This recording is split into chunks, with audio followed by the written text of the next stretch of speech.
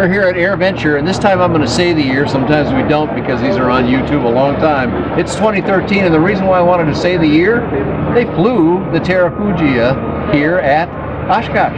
The Transition is the airplane, Terrafugia is the company, and I'm speaking with Carl Dietrich, who is the CEO of the company, and you got another title there too, the Chief Technical Officer as well. Real brain trust up there, and Carl leads the parade. I'm Dan Johnson, and we have a chance to get inside the aircraft. When we looked at it 2 years ago and talked to Carl's wife, Anna, the interior wasn't done at all, and we'd said, well, we understand that. It's a working process. We won't look inside.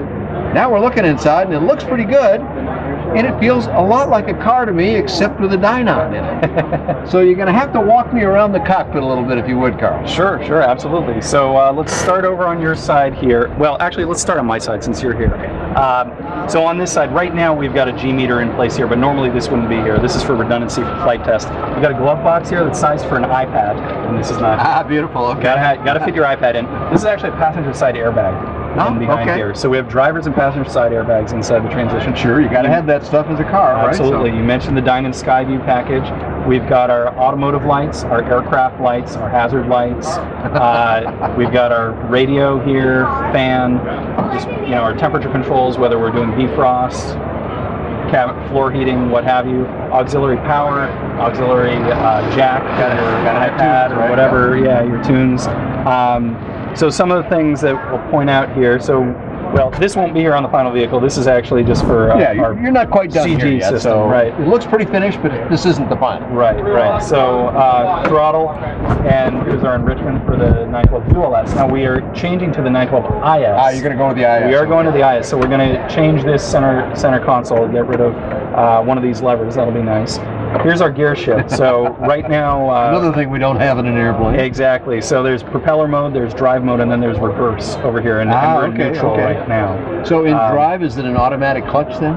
Yes. Okay. Yeah. It's a centrifugal clutch. It just engages. Once back and push the pedal. Exactly. That's it. Let's see. We've got our parking brake right here. It's an electric parking brake. Okay. We've got our BRS system Excellent. right there. Easy access. Yep, that's a good place for it too. Right. I have a lot of familiarity with that product, and that's a good, easy place to pull. Yeah, exactly. So now, I see, while we're on red handles, we've got a couple of other ones here that I'm guessing aren't going to be standard equipment. Right. This is for flight test. Okay. To pull the door off. Okay.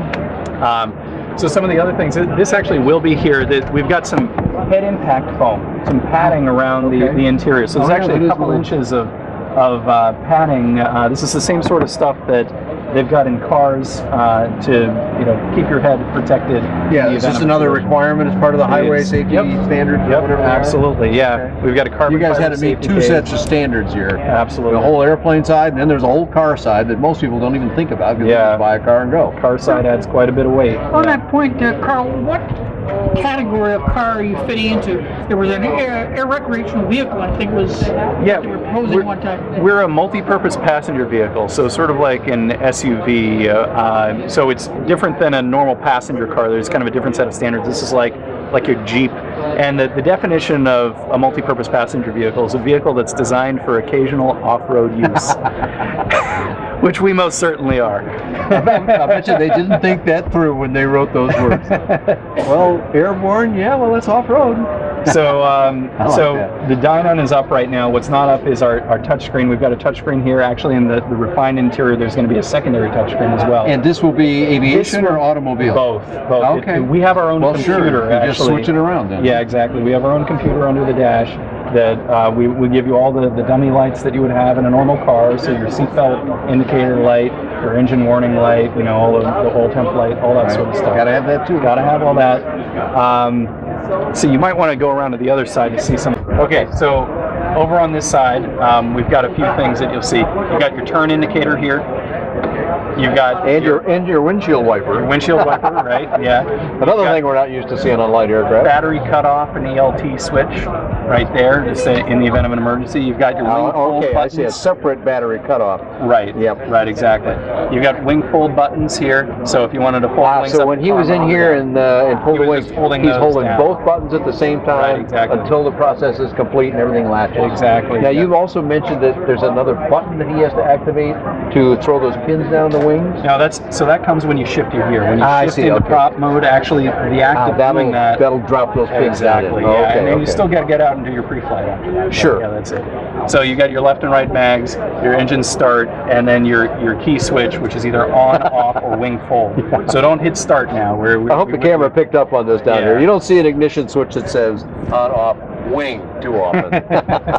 I like that. I like a lot of the features here. Yeah. So Now, one thing you can't see down here, I'm just going to pull it up a little bit because there's something to do with the drive mechanism, but here's the joystick down here, which nicely folds right out of the way. So for driving, you don't have this stick in your way. Right, exactly. Easy to get in, easy to get out. 4 pedals on the floor. And I'm going to pull this up gently again, Carl, just to see. Yeah. It's it's well. So that's you got a good inch of clearance in there, and it's not going to go up. So. Right. Here's your pitch trim.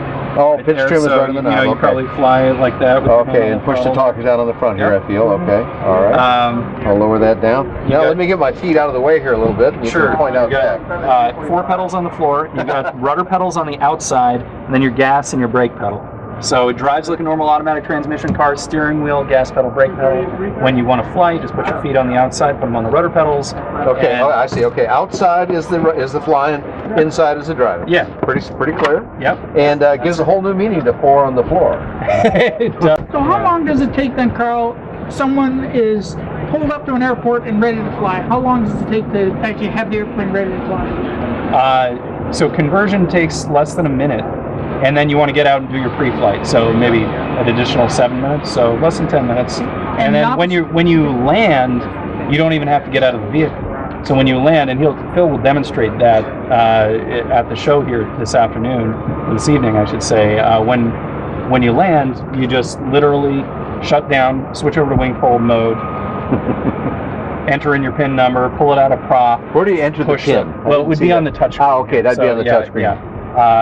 Pull it out of prop, and then just hold those buttons down. You know, I got to observe one more thing while I'm sitting in here, because I've now been sitting in here a few minutes, and it's pretty comfortable, and I'm picky about seats, so I often complain about seats, but these are quite nice, actually. And yet lots of leg room, so I can do what I need to do as a pilot down here. It's a nice combination. I like it. Yeah. And what is the cabin width here? 48 inches at the shoulder. Oh wow. Okay. So you're you and I are than a 172. I'm pretty comfortable with you right there. Yeah. We're not even touching each other. So even a couple of bigger guys that like hamburgers more than Carl and I do fit in here pretty well. So I think so. Well, I managed to pry myself out of the inside, and I don't mean that it was hard to get out. I just didn't want to get out. That's a nice little airplane or car or whatever it is, and I liked it. But we wanted to come back and talk with Carl about the engine and some other changes to the aircraft. As Dave observed, the engine used to be in the front. That was in what you call proof of concept. Yep. This is now a pre-production prototype. Yep. That kind of thing. Prototype. Yeah. Prototype. Okay. And tell us some of the changes that have happened to it, Carl. Okay, so some of the big changes between the proof of concept and this vehicle, the biggest one is probably the engine moving to a mid-mount engine. So the engine is now between the wings there. Up our drive shaft significantly. So we still have a carbon fiber drive shaft, but now instead of being almost 12 feet long, now it's only about 3 feet long. Oh, yeah, so that's made it a lot easier. So that shaft goes to a custom gearbox that you can select forward, neutral, reverse, or propeller. So when you're in plane mode, the shaft just goes straight back, engages the prop. So it's just like having your prop right on your 912IX. When you're in drive mode, the prop is disengaged. It's locked in this position when you're driving on the road. To keep it the furthest away out of that stuff. Exactly. You can see it's pretty well protected here. So that gearbox has a right angle output shaft that then goes to a continuously variable transmission, kind of around the other side there. And that goes down to another belt drive, which goes to a differential, goes to 2 half shafts, goes back to 2 other belt drives to the rear wheels. But the prop is direct drive. So very, very simple, very straightforward, engaged solidly, and we haven't had any issues with any of those systems, so that's been very, very encouraging. So why did they have to widen the rear end out by the prop area? So we widened it out so that we could use an off-the-shelf propeller. It's a center-finished prop designed for the 912. Okay. So that was very appealing. The proof of concept had a custom prop, and it never quite grabbed enough air. We were always running the risk of redlining it, and we weren't getting full power out of the system and all that sort of thing. So this one grabs all the air we need, and it's off the shelf. You know, you've got a good supplier. It just makes sense. Yeah, good American brand, and they're working with you and with that engine, I know. So absolutely, yeah, we've so achieved now that. Wide open back here, wide open, which I'm with guessing this. makes your tail surface that much more effective too. Yes, it's also partially blown tail surface, so that's very, very nice for coming out of stalls or spins, things of that nature.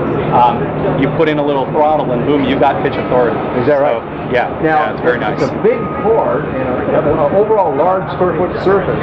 Yeah. Is that because you've got a lot of because four body effect, or I think that's sometimes called? We've got a long wing cord actually, so you know, the long wing cord actually drives us. It's a big old wing here. Right. I mean, that's more than 6 feet. So. To having more area back here. Okay. Right. And this design problem was very, very challenging because we were trying to meet light sport aircraft standards, 45 knot stall speed, and still fit inside a single car garage. Right. So the design space that we were working in was pretty restricted. And we wound up needing a good amount of tail area in order to have the pitch authority to keep that nose up at 45 knots. Well, and another thing I noticed, if I just look at one side, the tail volume looks pretty large to me. I'm not an engineer, but I've learned over the years that the bigger the tail, the better the airplane and we got flies 2 of them. within reason. And you've got 2, so I'm thinking this thing is nice and stable in the air. Well, you'll see it. Factor. Yeah. I mean, you'll see it in the air, and you can kind of get a sense for how the vehicle flies when you film. Yeah, we've maintained a good ramp over angle from the wheels, so that you come down at a full stall, you're not going to risk scraping the tail. And going into certain driveways and stuff Absolutely. too. You got to factor. How soon can I have mine? Well, the $100 question. Yeah, so we've got to finish. We were actually going through crash testing. We partnered up with Bosch, and they're helping us move through a crash test. Bosch, huh? Wow. Yeah, okay, yeah, name we all know. Yeah, and so we're looking at probably 2 to 3 years though to get all the way through that. We've got to crash some bodies in white. We've got to run a drive mule through a very rigorous, cobblestone road type testing course. Make sure it. Wow. Well, that's a tall order you guys have tackled.